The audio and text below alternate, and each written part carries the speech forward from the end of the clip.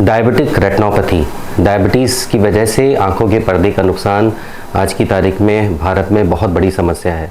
जैसे हम सब लोगों को पता है, डायबिटीज़ आज की डेट में हिंदुस्तान, अपना कंट्री भारत, डायबिटीज़ में नंबर 1 है। We are now diabetic capital of the world. ये खुशी की बात नहीं है, ये बहुत दुख की बात है। ये हमारे कुछ जेनेटिक रीजंस की वजह से, कुछ हमारे रहन सहन, हमारे खान पान की वजह से डायबिटीज़ का सडन इतना ज़्यादा इंक्रीज़ हुआ है। और क्योंकि बेसिकली डायबिटीज़ किन किन ऑर्गन्स को इफ़ेक्ट करती है और आँखों में उसका क्या नुकसान होता है, आज मैं इसके बारे में बताऊंगा। और कोशिश करूंगा मैं नेक्स्ट ब्लॉग में विट्रोरेटिनल सर्जन्स की भी आपको ओपिनियन दूं, जिससे कि आपको आगे अगर डायबिटीज़ है तो आपको कैसे फॉलोअप में रहना चाहिए, आपको क्या क्या आँखों से संबंधित, आँखों के बचाव के लिए क्या क्या सावधानियाँ बरतनी चाहिए, या अगर आपको नुकसान हो चुका है तो आपके लिए क्या क्या ट्रीटमेंट अवेलेबल हैं, इसके बारे में मैं विट्रोरेटिनल सर्जन से भी आपको ओपिनियन दिलवाऊंगा। सबसे पहले प्रिवेंशन पे बात करते हैं। अगर आपकी डायबिटीज़ अगर ना हो तो कैसा है, ये तो सबसे अच्छी बात है कि हमें डायबिटीज़ ना हो। तो उन फैमिलीज़ में जिनकी फैमिलीज़ में पेरेंट्स को डायबिटीज़ रही है, या अगर उनके एल्डर्स में अगर डायबिटिक रेटिनोपैथी की है, इसका मतलब आपको डायबिटीज़ होने के चांसेस ज़्यादा हैं। कुछ एहतियात अगर आप अपनी लाइफ में बरतें तो डायबिटीज़ को आप डिले कर सकते हैं। अगर आप बिल्कुल जुट जाते हैं, मेहनत करते हैं, तो शायद डायबिटीज़ हो भी ना, ये बिल्कुल है। स्पेशली टाइप 2 डायबिटीज़, मैं टाइप 1 डायबिटीज़ की बात नहीं कर रहा जो बच्चों में हो जाती है। उसके अनफॉर्चुनेटली वो जेनेटिक रीजंस की वजह से होती है।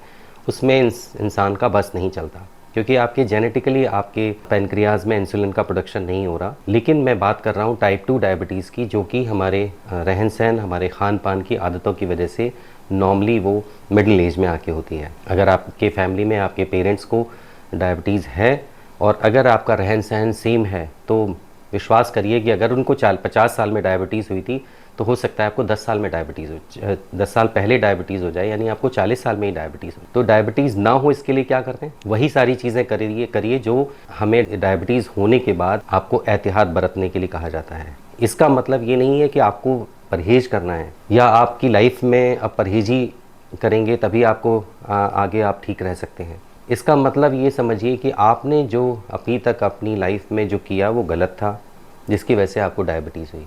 तो हमें वही एहतियात बरतने हैं, जो प्रिकॉशंस लेने हैं। अगर हम पहले से प्रिकॉशंस लें तो डायबिटीज़ को हम टाल सकते हैं। सबसे पहला काम है, प्लीज़ फिज़िकली एक्टिव रहिए। कम से कम 50 मिनट की वॉक। इंसान बेसिकली चलने के लिए बना है। कोई ज़रूरत नहीं है आपको, अगर आप नहीं दौड़ सकते तो मत दौड़िए। कोई ज़रूरत नहीं है किसी फ्रेंड से कम्पीट करने के लिए कि वो रन करता है मैं रन करूं। अगर आप साइकिलिंग कर सकते हैं वो भी बहुत अच्छा है। अगर आप स्विमिंग की फैसिलिटी आपको अवेलेबल है वो भी बहुत अच्छी है। लेकिन सिंपल वॉक, 50 मिनट की वॉक, 50 से 1 घंटे की वॉक अगर आप ब्रिस्क वॉक करते हैं तो मेरी मानिए कि डायबिटीज़ को आप 10 साल के लिए जो है आप टाल सकते हैं। दूसरा चीज़ इम्पॉर्टेंट है, मीठी चीज़ों में खासकर शुगर।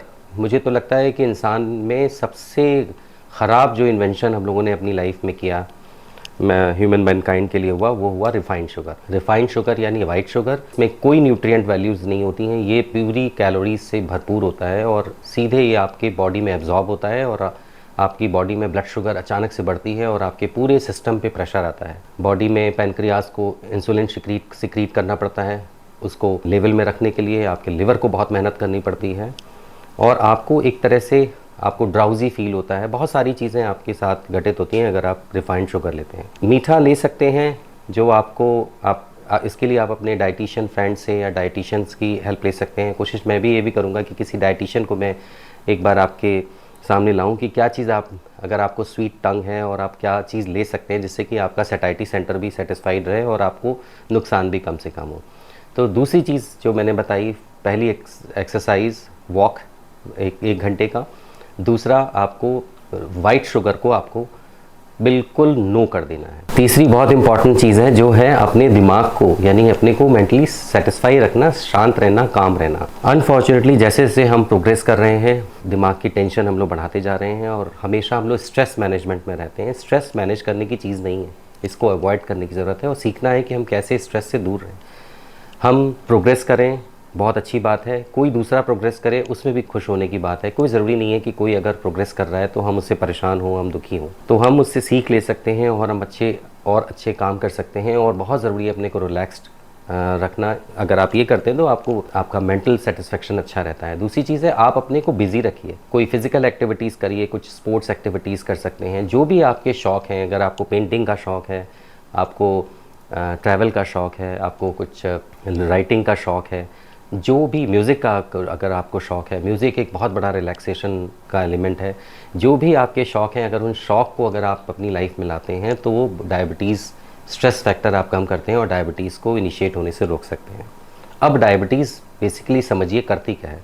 डायबिटीज़ बेसिकली हमारी कैपिलरीज़, जो खून की नसें होती हैं, उनमें उसका जो सबसे टर्मिनल पार्ट होता है उसको हम लोग कैपिलरीज़ कहते हैं, जो सबसे पतली खून की नसें होती हैं। बेसिकली डायबिटीज़ लेमैन में समझिए उनको मेल्ट कर देती है, उनको गला देती है। तो जो खून का दौरा होता है वो उन ऑर्गन्स में जहाँ पे आर्टरीज़ हैं या जहाँ पर कैपिलरीज़ हैं, वहाँ पे ब्लीडिंग होने लगती हैं या ब्लड सर्कुलेशन बंद होने लगता है। 4 इम्पॉर्टेंट ऑर्गन्स हैं जहाँ पे एंड आर्टरीज़ होती हैं। आपकी आँखों में पर्दा, आपके किडनी में, आपके हार्ट में और आपके नर्वस सिस्टम में, जो आपकी ब्रेन से लेके टो तक आपकी नसों का जाल बना हुआ है, उनमें। तो डायबिटीज़ बेसिकली इन्हीं चारों ऑर्गन्स को टारगेट करती है, जिसकी वजह से डैमेजेस आपको होते हैं। आँखों में डायबिटिक रेटिनोपैथी होती है, किडनी में आपकी डायबिटिक किडनी डिजीज़ होती है, नर्वस सिस्टम में आपकी न्यूरोपैथीज़ होती हैं, और अगर आपके हार्ट में है तो आपकी डायबिटिक कार्डियोमायोपैथीज़ होती हैं, कार्डियक प्रॉब्लम्स होती हैं। अब मैं बात करता हूँ डायबिटिक रेटिनोपैथी में। डायबिटीज़ में जो हमारी रेटिना पे जो कैपिलरीज़ हैं वो बेसिकली मेल्ट होने लगती हैं, या वो तो ऊज़ करने लगती हैं या वो ब्लॉक हो जाती हैं। अगर वो ऊज़ करेंगी तो हमारे आँख के अंदर पर्दे पे स्वेलिंग होने लगती है, जिसको मैकुलर एडिमा कहते हैं, जिसकी वजह से विज़न का लॉस होता है। अगर वो ब्लॉक हो जाती हैं तो रेटिना के सर्कुलेशन बंद हो जाएगा। तो आप समझ सकते हैं कि किसी आदमी का गला दबा दें तो वो कैसे सर्वाइव करेगा। तो पर्दे के ऊपर ब्लड सर्कुलेशन बंद होने का मतलब है कि आपका पर्दा डैमेज हो जाएगा। जो डैमेज एरिया होता है वहाँ से कुछ ऐसे केमिकल्स रिलीज़ होते हैं जो कि जो नॉर्मल एरिया है वहाँ से एबनॉर्मल ब्लड वेसल्स को ग्रो करने के लिए इनिशिएट करते हैं। वो एबनॉर्मल ब्लड वेसल्स अब एक ऐसा एबनॉर्मल टिश्यू है जो ब्लीड भी करेगा और साथ में वो ब्लॉक होके फाइब्रोस करेगा, और फाइब्रोसिस की वजह से फिर पर्दा अपनी जगह से उखड़ने लगता है, जिसको हम लोग ट्रैक्शनल रेटिनल डिटैचमेंट कहते हैं। तो अर्ली एज में आपको छोटे छोटे फाइन हेमरेजेस होंगे के पर्दे पे, फिर धीमे धीमे आपको मैकुला पे इन्वॉल्वमेंट होगा, मैकुलर एडिमा होगा, जिसकी वजह से आपकी विज़न इफेक्ट होने लगेगी। उसके बाद कुछ एरियाज़ में इश्कीमिया होगा। इश्कीमिया आपके न्यू वेस्कुलराइजेशन को प्रमोट करेगा। न्यू वेस्कुलराइजेशन अल्टीमेटली आपके रेटिना में डिटैचमेंट, ट्रैक्शनल डिटैचमेंट्स और ब्लीडिंग का कारण बनता है। तो पूरी आँख को डायबिटीज़ तहस नहस कर देती है। इलाज हैं लेकिन बेसिकली 100% क्योर इसका अवेलेबल नहीं है। हम लोग की कोशिश होती है कि जो सेंट्रल एरिया मैकुलर एरिया है, जिससे कि आप वर्किंग कंडीशन में रहें, उसको किसी तरह से हम रिटेन कर पाएँ मैक्सिमम टाइम के लिए, जिससे आप वर्केबल बने रहें, आप डिपेंडेंट ना हो जाएं। बहुत सारे डायबिटिक पेशेंट्स आते हैं जो आके बाद में परेशान होते हैं और वो कहते हैं कि हमें इतना दिख जाए कि उनकी थाली में खाना कहाँ रखा है, उनकी दाल कहाँ रखी है, सब्ज़ी कहाँ रखी है। आप सोचिए कितनी दुख की बात है। तो ऐसी स्थिति किसी के साथ ना हो, इसलिए ज़रूरी है कि थोड़ी बातों का ध्यान रखें। जैसे मैंने बताया, नंबर 1 प्लीज़ वॉक करिए। नंबर 2 वॉक भी 50 मिनट से 1 घंटे से कम ना हो, सिंपल ब्रिस्क वॉक।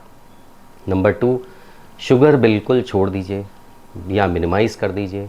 मीठी चीज़ों का सेवन मत करिए। मीठे खाने का शौक़ है, आप अपने डाइटिशियन से पूछ के आप अपनी क्रेविंग को शांत कर सकते हैं।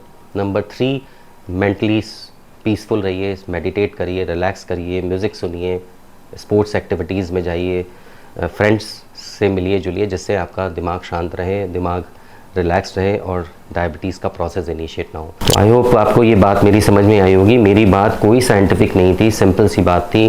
केवल ये इनिशिएट करना, ये मेरे दिल की बात थी, मैं नहीं चाहता कि हमारे सिटीजन्स, हमारे फेलो सिटीजन्स को कोई भी प्रॉब्लम हो और डायबिटीज़ हमारे कंट्री को खोखला करती जाए। कोई भी क्वेश्चंस हो आप मुझसे पूछिए, मेरी कोशिश होगी जो स्पेशलिस्ट डॉक्टर्स होंगे मैं उनसे बात करके या उनको मैं अपने चैनल पे लाके आपको आपके क्वेश्चंस का आंसर करूँगा। नेक्स्ट ब्लॉग में मेरी कोशिश होगी कि मैं डायबिटीज़ के लिए डायरेक्टली विट्रोरेटिनल सर्जन्स जो कि रेटिना का काम करते हैं उनसे मैं आपको रूबरू कराऊँ। अगर आपके क्वेश्चंस होंगे तो वो उसका आंसर भी करेंगे। मेरी पूरी कोशिश है कि हम स्वस्थ रहें, देश स्वस्थ रहे, हम सब खुश रहें और डायबिटीज़ बच पाएँ और दूर रहें। सो नमस्कार, मैं doctor Sudhir Srivastava, eye surgeon, Sanai hospital Lucknow से। नमस्कार।